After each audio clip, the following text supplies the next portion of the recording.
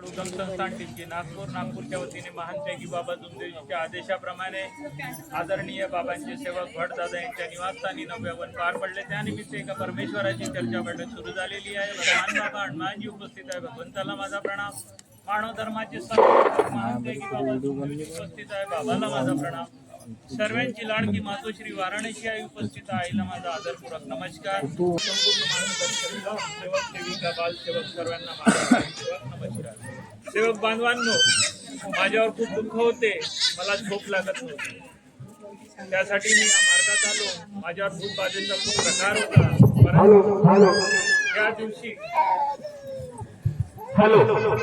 परंतु ज्या दिवशी बाबा हनुमानजीच्या नावाची फक्त दारामध्ये एक अगरबत्ती लावली, त्यापासून आजपर्यंत भूत बागला बघितला नाही। एवढा त्रास होता, माझ्या पायामध्ये सुया टोचल्यासारख्या वाटत होत्या।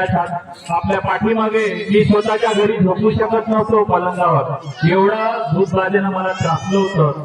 परंतु ज्या दिवशी मार्गामध्ये एक बाबा हनुमानजीच्या नावाची अगरबत्ती लागली दारामध्ये, तेव्हापासून भूत बाधा कुठं गेला मलाच नाही। एवढी महान कृपा माझ्या बाबाची आहे। सेवक बांधवांनो, मागच्या वर्षी मी जम्मू काश्मीरला माझी गाडी घेऊन गेलो होतो। मी म्हटलं जम्मू काश्मीरला जाऊन तर पैसे जास्त लागेल, डिझेलने जेवणाचा खूप खर्च लागेल, तर मी गाडीमध्ये सिलेंडर टाकला, स्वतःच बनवायच्या पैसे हॉटेलचे वाचन म्हणून सिलेंडर घेऊन गेलो। जम्मू काश्मीर सर्व फिरलो। मग इकडे पाकिस्तान बॉर्डर आहे म्हणे, वाघा बॉर्डर, तिकडे चालला म्हणे घरचे लोक। चला म्हणलं, गाडी घेऊन तिकडे गेलो। पाकिस्तानचा गेट असा, इंडियाचा असा, वाघा बॉर्डरला गेलो, खूप मिलिटरी। 5 सेवक बांधवांना मी गाडीतल्या लोकांना सांगितलं की बाबाला प्रणाम करा आणि सांगा की आमची गाडी चेक झाली नाही पाहिजे। एवढा मोठा अनुभव आहे सेवक बांधवांनो।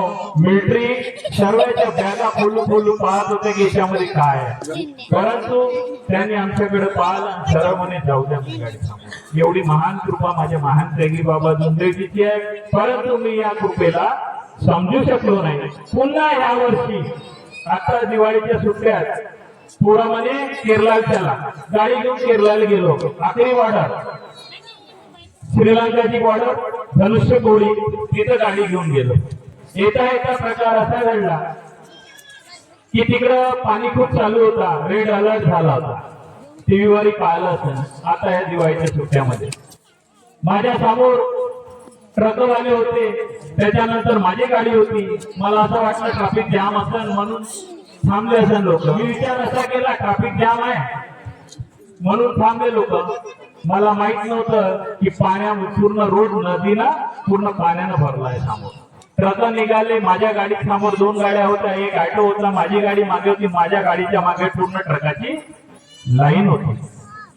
सेवक बांधवांनो, काय सांगू, ऑटोवाला मधातच ऑटो बंद पडला, पूर्ण पाणी ऑटो मध्ये घुसलं। दुसरी गाडी बंद पडली, माझ्या समोर जी गाडी होती तिच्याही मध्ये परिवार होता, तीही गाडी बंद पडली पाण्यामध्ये, एवढं पाणी होतं। आणि माझ्या बोनट आहे ना, बोनटच्या खालची पूर्ण जाडी पाण्यामध्ये डुबली होती। मी म्हटलं आता एवढ्या हायवे मध्ये अगर माझी गाडी बंद पडली तर मी इथं कोणाला बोलवीन, आणि तिकडली भाषा तर आपल्याला समजतही नाही काय म्हणते तर। परंतु भगवंताले आणि गाडीतल्या लोकांना सांगितलं की प्रणाम करा आणि बाबा हनुमानजीच्या नावाचा जप करा।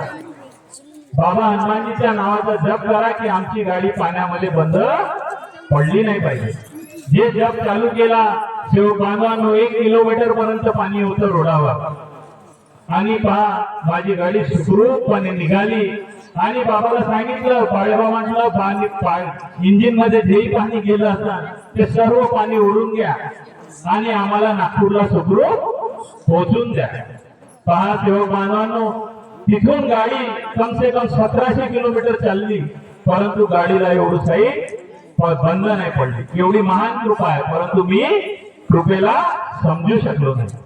एवढंच बोलून माझ्या शब्दाला विराम देतो। सर्वांना माझा आदरपूर्वक नमस्कार।